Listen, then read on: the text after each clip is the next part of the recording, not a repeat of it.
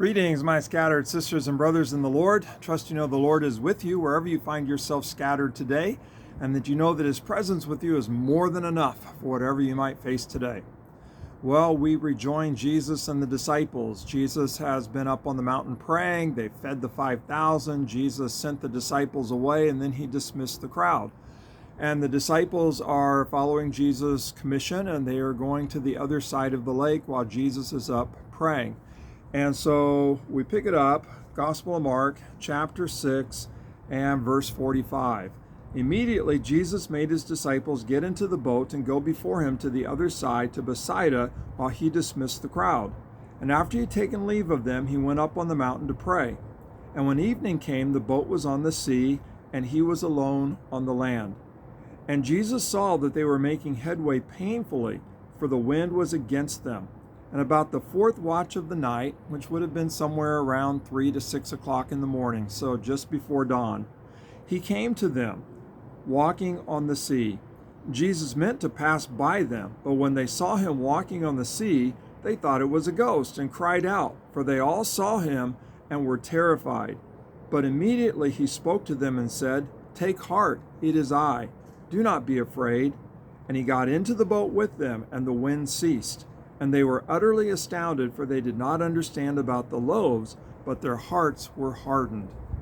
So this is pretty interesting. They are doing what Jesus told them to do. They are going to the other side of the lake ahead of Jesus while He's up on the mountainside praying. But Jesus is watching them. He can see them. It's the middle of the night, on into the early hours of the morning. And Jesus sees them, and they're straining at the oars. They're having a tough time because the wind is against them. The Sea of Galilee, it was known to have kind of ferocious winds just kind of come up out of nowhere.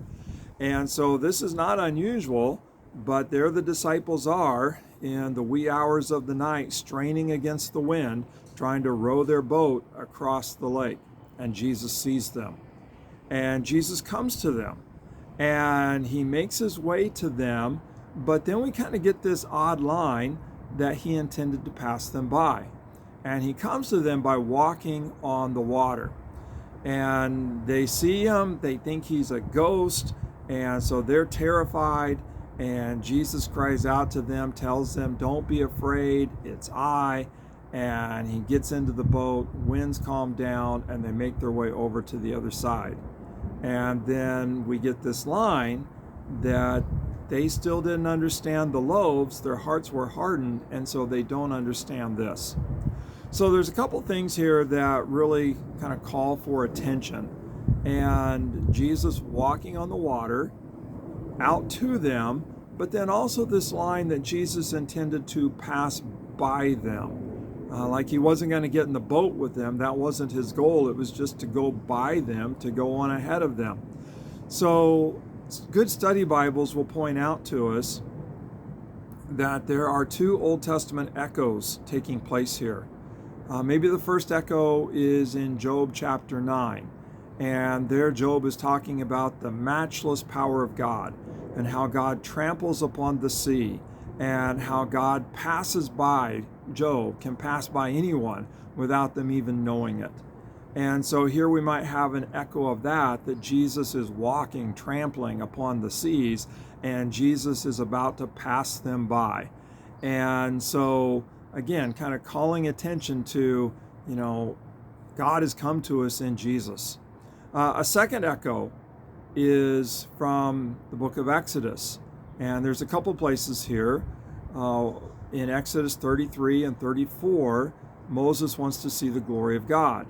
And God tells Moses that he can't see His glory, that would just be too much, but He would cause His goodness to pass by him.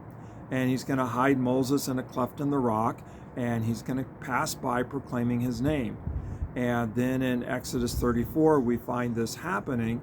The Lord passes by proclaiming His name.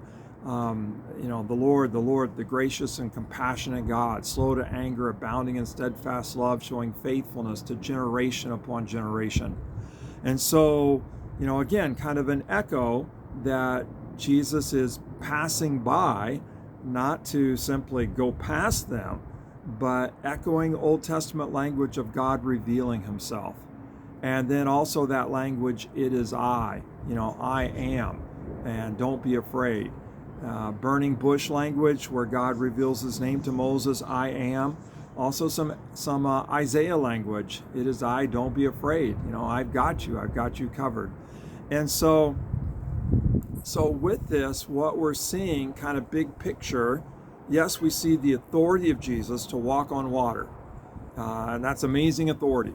And we see the heart of Jesus and the vision of Jesus to see his disciples and to go to meet them. But maybe the most exciting thing of the passage, we see Jesus' desire to reveal himself to the disciples so that they can know who he is.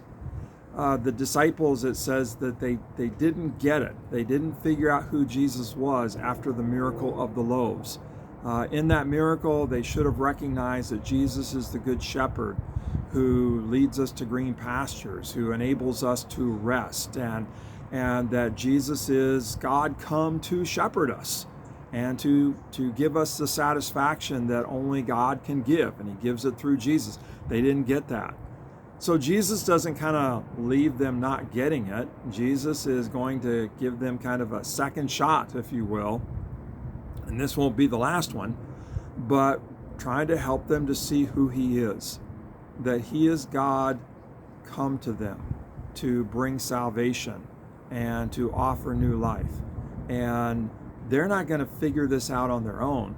The only way they figure it out is Jesus reveals himself to them time and time again and brings them to the place where they finally get who Jesus is.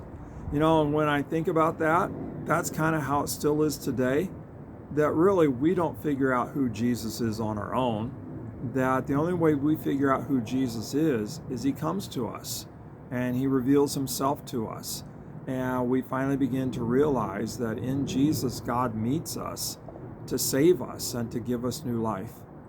And that's really hopeful, because there are others that I want to see, friends, loved ones, I want to see them come to know who Jesus is. Even enemies want to see them come to know who Jesus is. Well, they're not going to get there on their own, and it's not going to be something that I can make them see. But Jesus will keep showing up, revealing himself, and hopefully, by the grace of Jesus, by the power of Jesus, the miracle will happen, and they'll come to recognize who Jesus is, and that in Jesus, God comes to us to give us new life, to give us rest, to give us peace, to give us the satisfaction that only God can give. So wherever you find yourself scattered today, yes, marvel at the power of Jesus to walk on the sea, and how he goes before the disciples and how he's going to calm the wind. Yeah, absolutely marvel at that. But celebrate that Jesus is intent on making himself known to us, to all of us, and the miracle will happen that at some point, we recognize, wow, he's God come to save us. And that is, that's power, and that's good news. So God bless, have a great day, marvel and celebrate that Jesus is intent on us knowing him and his salvation.